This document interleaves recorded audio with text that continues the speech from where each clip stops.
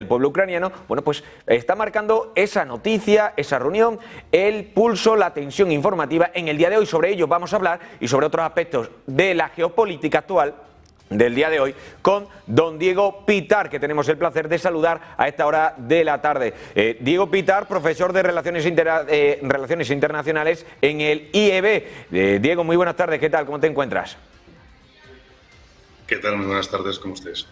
Me gustaría, Diego, lo primero de todo, preguntarte, ¿qué significa que se demande? Vamos a enfocarnos un poquito en Estados Unidos, porque en el día de hoy conocíamos también de que habían demandado al presidente americano y a su administración precisamente por desplegar la Guardia Nacional en Washington DC, y era una de las noticias también que conocíamos en la tarde de hoy. Preguntarte, ¿qué significa que se demande a un presidente de Estados Unidos por ocupación, como decía, ocupación militar ilegal dentro de su propio país? Y sobre todo preguntarte, ¿podría sentar un precedente peligroso para la democracia estadounidense? Bueno, la verdad es que ilegal y ilegal no sé hasta qué punto es. Obviamente, desde luego la Guardia Nacional está para eso, para hacer un despliegue cuando haya desórdenes dentro del territorio norteamericano, que no van a desplegar a los marines, obviamente, ¿no? Entonces despliegan a la Guardia Nacional. En este sentido, claro, hay que pensar que en Washington pues ha habido según tenemos noticias o según tenemos información, porque no estamos ninguno allí presentes, pues obviamente ha habido ciertos disturbios, ha habido ciertos movimientos, ha habido ciertos, bueno, vamos a hablar de desórdenes en términos generales, y pues Trump ha considerado evidentemente que ha tenido que sacar a la Guardia Nacional. ¿Legal o ilegal? Desde luego, yo la ilegalidad no la veo por ningún lado, porque al fin y al cabo para eso está, para cuando hay un desorden, cuando hay un disturbio, cuando hay incluso que ayudar en algún desastre natural, pues que se tenga que desplegar. Con lo cual, yo particularmente esa denuncia no creo que vaya a ningún lado. Obviamente estamos ante una situación que cualquier movimiento que haga Trump le van a denunciar, le van a criticar y le van a decir, pero desde luego lo que es ilegal, no soy un experto especial en lo que es exactamente el territorio, no digo norteamericano, pero sí en la acción que tienen o en qué momento se podría desplegar, pero desde luego la información que sí que tenemos y que ya hemos visto en otras ocasiones cuando había algún tipo de disturbios o había algún tipo de problema que podría escalarse en un momento determinado, pues obviamente la Guardia Nacional ha tenido que intervenir. Con respecto a la segunda pregunta de si esto habría que preocuparse, bueno, se lleva ya mucho tiempo hablando de la polarización en Estados Unidos hacia los dos extremos. Desde luego, preocupación, pues tampoco creo que sea como para preocuparse, pero sí que es verdad que a nadie le gustó, sobre todo la parte que perdió, vamos a decir, las elecciones pasadas, pues no quedaron muy conformes, y cualquier momento, cualquier justificación por su parte de poder generar algún tipo de revuelta, pues siempre es buena, ¿no? Dicen que a río revuelto ganancia de pescadores. Yo creo que lo que quieren es remover un poquito más el río. Pero más allá de lo que se prevé, de la actuación que vaya a tener ahora la Guardia Nacional, no creo que vaya a haber ningún tipo de escalada ni que sirva de precedente para otras actuaciones. Simplemente hay que controlar estos movimientos, que es verdad que cuando uno se calienta mucho más y al final puede estallar en un conflicto social, pero es un conflicto en las calles, y es momento quizás de apaciguarlo y de pararlo, ¿no? No lo veo tan descabellado. También preguntarte, porque en las últimas horas mucha gente, y sobre todo gente crítica al gobierno de Donald Trump, al gobierno de los republicanos, decía que, y barajaba y dejaba encima de la mesa, de que podía haber un autoritarismo por parte del presidente de los Estados Unidos de poder tomar otras ciudades, como es el caso de Chicago. Por lo tanto, preguntarte a ti, ¿estamos ante un riesgo de autoritarismo real en Estados Unidos, o es simplemente una falacia y que desprende y desliza sobre todo en la parte democrática de los demócratas americanos? Bueno, yo es que creo que hay mucha gente que pierde un poquito lo que es el rumbo, el concepto, la visión de lo que es democracia. O sea, la democracia implica también proteger a la gente que no está, o que está a favor, o que no está de acuerdo. Hay que proteger a todo el mundo.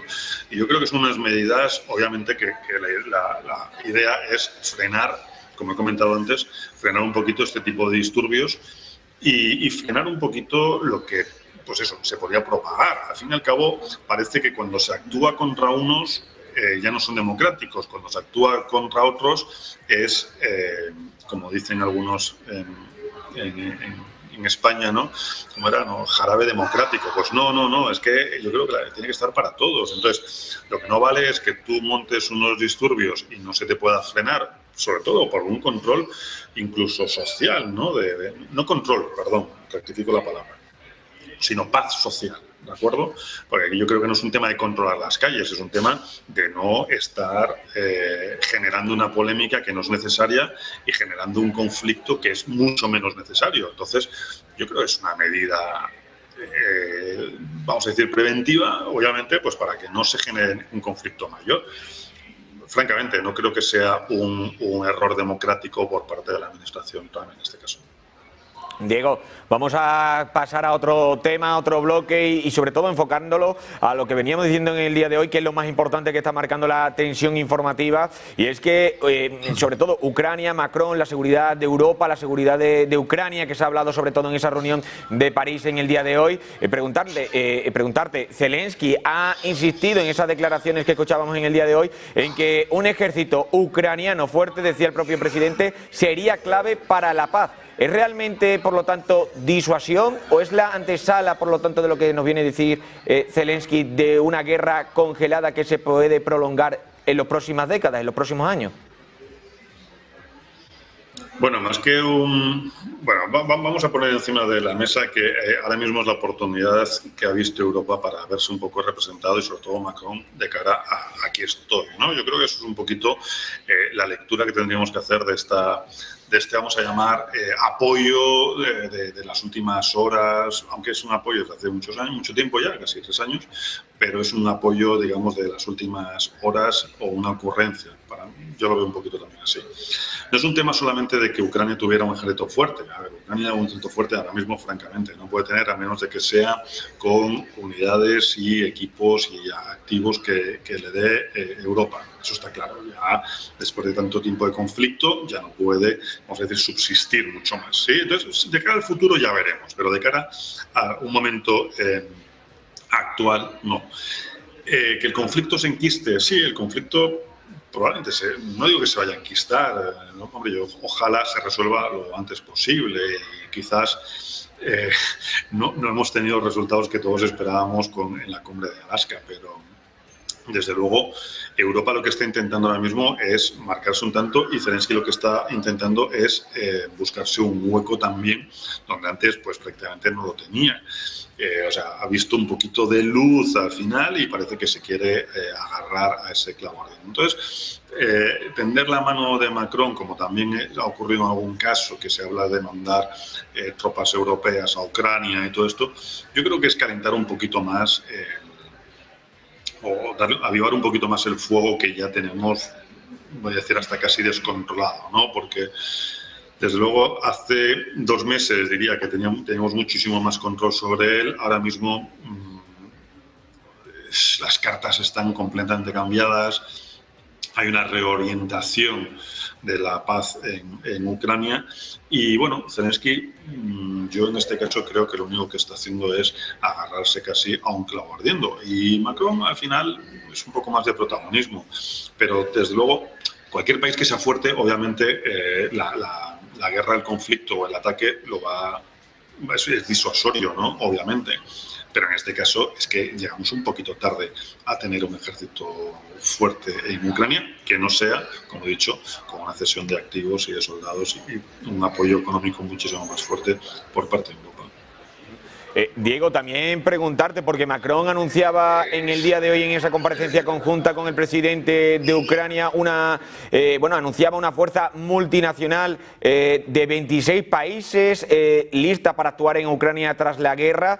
¿Es esto un paso, por así decirlo, hacia una OTAN paralela bajo liderazgo europeo? ¿O cómo lo analizas tú, esos 26 países que pueden aparecer ahora para ayudar a Ucrania?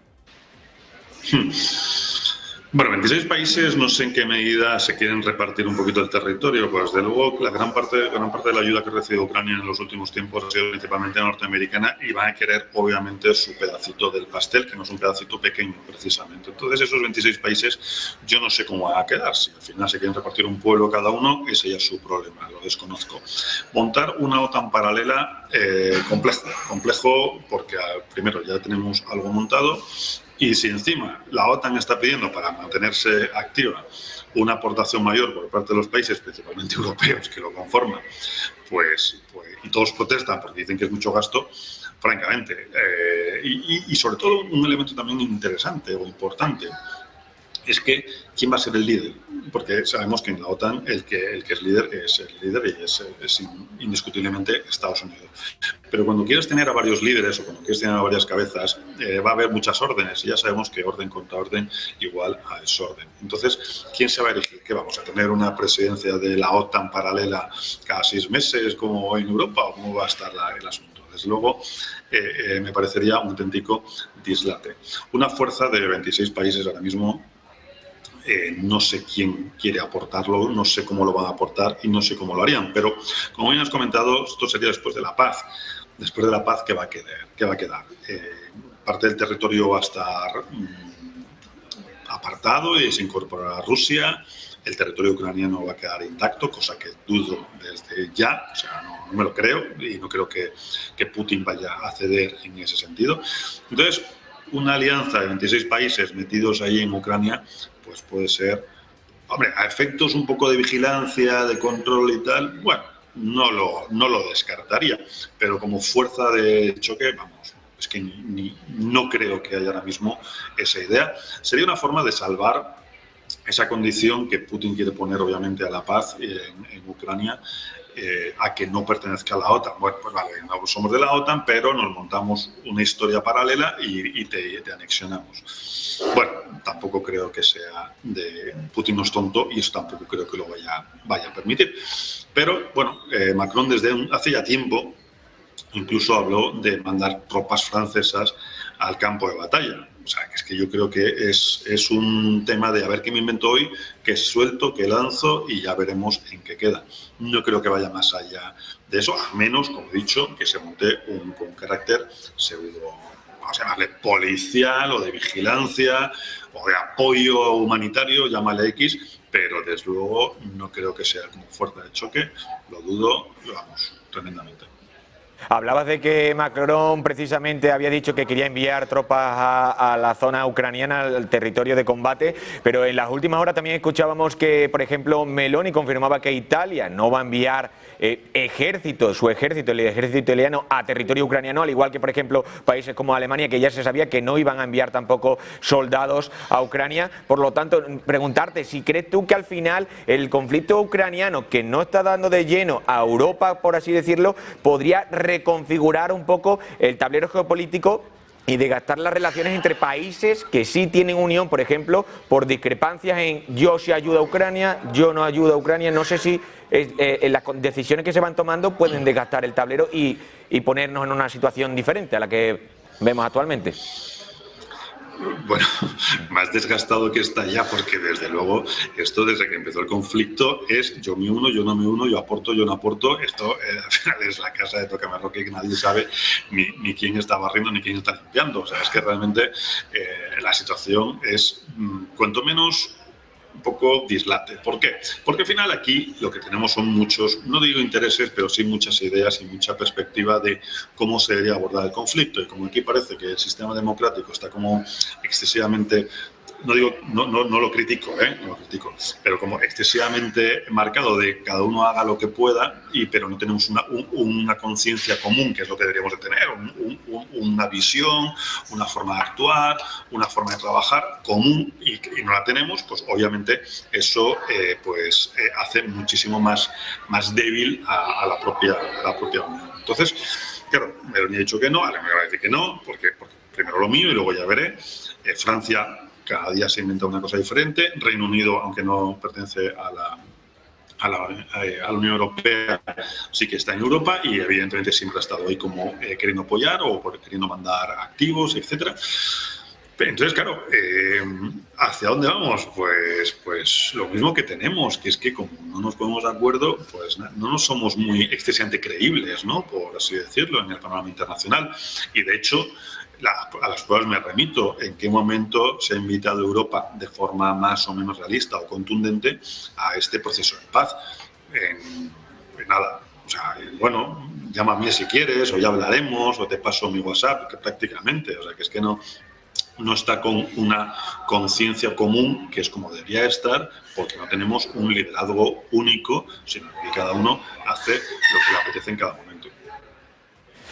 Quería preguntarte también, porque en las últimas horas se ha hablado y se ha deslizado también encima de la mesa de que Donald Trump estaría presionando en las llamadas de hoy para que Europa deje de comprar petróleo ruso y sobre todo también sancione a China.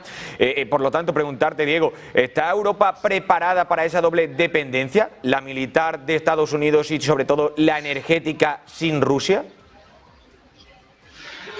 No, preparada no está. A ver, también no nos engañemos que esto en cierta medida es también una forma de negocio por parte de Estados Unidos, ya que, entre otras cosas, el gas licuado aumentarían las ventas de gas licuado sobre todo a Europa. O sea, que esto al final tiene un trasfondo, no voy a decir que tenga un trasfondo plenamente comercial, ¿de acuerdo? Pero en gran medida, pues no nos vamos a engañar. O sea, y además España lo bueno que tiene es que tenemos muchas plantas de gas licuado que luego distribuiríamos por Europa, pero claro, ¿eso qué implica? Un mayor costo que Europa creo que no se lo puede permitir. Entonces, ¿seguiremos? Pues sí, es que no nos queda otra, es que no estamos preparados. O sea, esa dependencia energética tan tremenda. Y además Trump ya lo dijo en su momento y Alemania se rió de él, de Rusia, pues nos lleva a donde estamos ahora mismo, obviamente, ¿no? Entonces, bueno, pues Trump, dentro de su complejidad, vamos a llamarle, pues dice, oye, pues mira, ya que estás, pues me compras a mí el gas y dejas de comprar petróleo y dejas de comprar gas a Rusia. Bueno, pues a lo mejor es lo que nos toca si se llega a otro tipo de acuerdos. También, hombre, como medida de presión, no olvidemos que Trump, más que político, es empresario. Entonces, creo que hay que hacer un poquito más caso al Trump empresario que al Trump político, que, bueno, pues donde digo Diego en algunos casos, ¿no?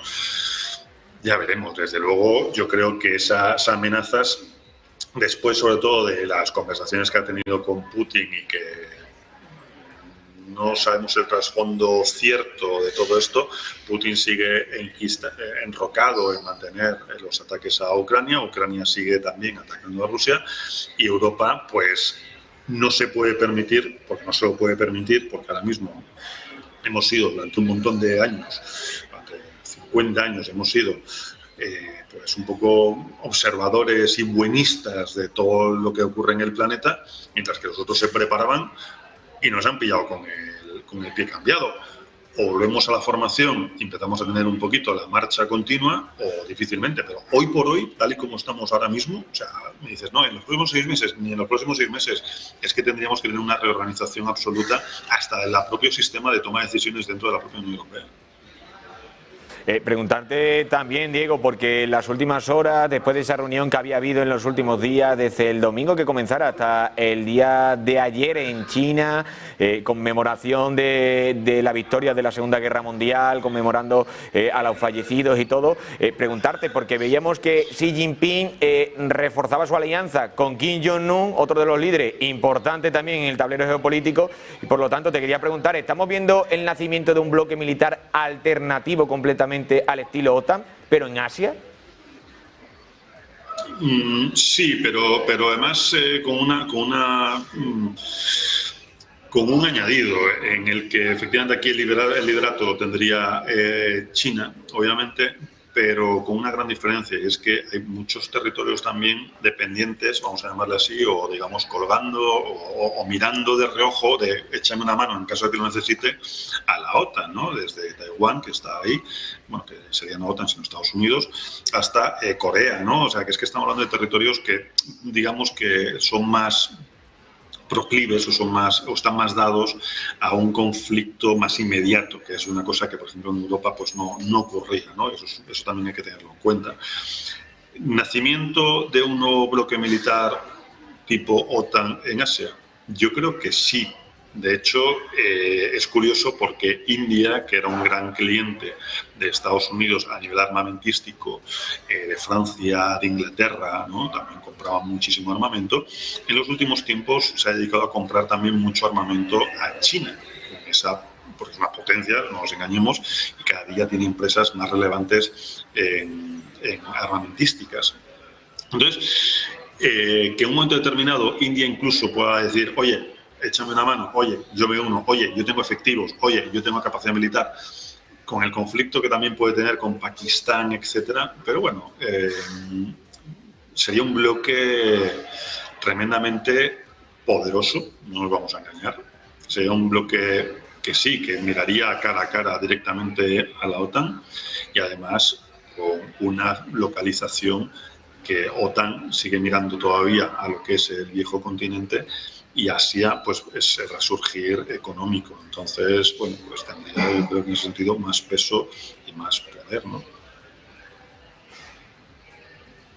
Parece muchas veces que hablaban en el día de ayer, sobre todo, y antes de ayer, el martes, Rusia, India, Turquía, China, Corea del Norte, hablaban de multilateralismo, hablaban de la famosa palabra, que ellos querían mirar por un mundo cada vez más global, con más países, con más potencia, pero muchas veces, si se ve desde una perspectiva un poquito más alejada, parece, Diego, no sé si tú lo ves así también, de que volvemos a la teoría de los dos bloques. Cuando más se está hablando de multilateralismo, de la importancia que tiene que haber, parece que hay dos teorías de dos bloques. El bloque de Rusia con los países asiáticos y sobre todo el bloque de Ucrania, Europa y Estados Unidos. No sé si tú también lo ves así y si el multilateralismo es simplemente un deseo que es muy difícil de conseguir y no está muy alejado de la realidad que estamos viendo ahora mismo. Sí, esa perspectiva mundial está completamente alejada de lo que de hacia dónde vamos. O sea, bueno, quitando a Turquía, que nadie sabe qué es lo que quiere Turquía. Hoy estoy contigo, mañana estoy con otro. O sea, que es así. El resto sí, se están organizando en bloque y con una rivalidad que antes podríamos decir militar, pero es que es una rivalidad también comercial, es una rivalidad también de mercado, es una rivalidad también económica, es una rivalidad. Entonces, que es verdad que es un poco lo que queremos. Sí, claro, es como China. O sea, China quiere ser capitalista, pero no olvidemos que sigue mandando el Partido Comunista. Entonces, una cosa es la fachada y otra cosa lo que tengas en la trastienda. Entonces, ¿cuál es la realidad de todo esto? Hombre, que lo que quieren es cada vez tener más mercados porque hay que vender, así de claro. Entonces, sí, es bonito decir queremos ser más multicultural, más abiertos, países con más relaciones comerciales, etcétera. Pero no olvidemos que si este bloque prospera, vamos a decir que prospere, ¿de acuerdo? Bloque económico, militar, como lo queramos llamar, y metemos a Rusia, hablaríamos de un bloque que, por ejemplo, antes prácticamente no tenía la OTAN, y es que Rusia está metido también de pleno en Europa y está metido de pleno en Asia. Entonces, eso, desde la perspectiva OTAN, era un poquitín más complejo. Y bueno, y aquí sí que lo tendrían. Entonces, la lectura es, a efectos territoriales, a efectos de mercado, a efectos de futuro, ¿quién tiene más mercado? ¿Quién tiene más probabilidades de subsistir en lo que nos viene en los próximos 20, 40 años? Diego, te hago ya la última pregunta, que nos quedamos sin tiempo para seguir hablando contigo, pero me gustaría preguntarte porque Donald Trump acusaba en el día de ayer a Xi Jinping, a Kim Jong-un, a Putin de conspirar contra Estados Unidos. No sé si es simplemente una retórica electoral también para la gente partidaria de Donald Trump, ¿o hay un movimiento real de alineamiento anti-occidental por parte de esos países, de Rusia, de China y sobre todo de Corea del Norte? Bueno, Corea del Norte quizás sea el que menos representación, aunque tiene pues, potencia nuclear, todo lo que queramos, pero bueno, el que menos representación podría tener en este juego. Idea anti-occidental. Bueno, no olvidemos que sin Occidente ahora mismo pues Asia tiene un mercado más que complejo para para vender y comercializar. O sea, sin Occidente ahora mismo no van a ninguna parte. Entonces, enfrentarte de esa manera tan radical es complicado. Atacarles o decirles que son hay una conspiración contra Estados Unidos, etcétera, etcétera, creo que lo has hecho muy bien. Yo creo que tiene un carácter más de nacionalista, de viva yo, vamos a prepararnos, somos un gran país, tienes que pertenecer al país, más que una amenaza real. Amenazas siempre hay, por eso todos se preparan y todos tratan de llevarse. Una cosa se llama diplomacia y otra cosa que se llama diplomacia militar, diplomacia comercial, diplomacia de todo tipo. Entonces, por un lado tiene la diplomacia comercial, que vamos a intentar llevarnos bien, diplomacia social o incluso diplomacia militar, que es tú de aquí no te pases. Entonces, vamos a pensar en un momento que sí, o yo quiero pensar, ¿de acuerdo?, que esto va muy enfocado a su electorado. Tampoco hay unos movimientos que digamos no quiero nada contigo, todo lo contrario. Yo creo que todos, en los últimos meses o las últimas semanas, estamos viendo que todos están intentando aportar sus granitos de arena para poder hacer de esto su granito al granero, para que todo el mundo pues tenga un poquito más de cordura y tranquilidad. Pero tanto como vamos a enfrentarnos, o tanto como no quiero estar contigo y es un complot, bueno, eso siempre va a estar, y eso desde que conocemos el famoso telón de acero siempre ha estado, pero de esto ya hace un montón de años y no van a cambiar las ideas. Siempre habrá alguien o siempre habrá un chivo expiatorio al que tendremos que echar las culpas de algo. Bueno, Diego, pues muchísimas gracias por ese análisis tan profundo. Te lo agradezco por tu paso por Negocios Televisión. Por lo tanto, muchas gracias por pasarte por aquí y, sobre todo, buen negocio, como decimos aquí en esta casa.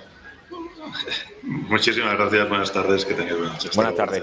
Bueno, pues tenemos que contar, eso sí, ahora una última hora que nos la va a contar nuestra compañera Alma Navarro sobre el conflicto de Ucrania y, sobre todo, con Zelensky. Alma, muy buenas, cuéntanos, ¿qué ha pasado? Muy buenas tardes, Enrique. Pues que hay respuesta por parte del presidente ucraniano Volodymyr Zelensky a esa propuesta que ayer desde Pekín hacía el presidente ruso Vladimir Putin de celebrar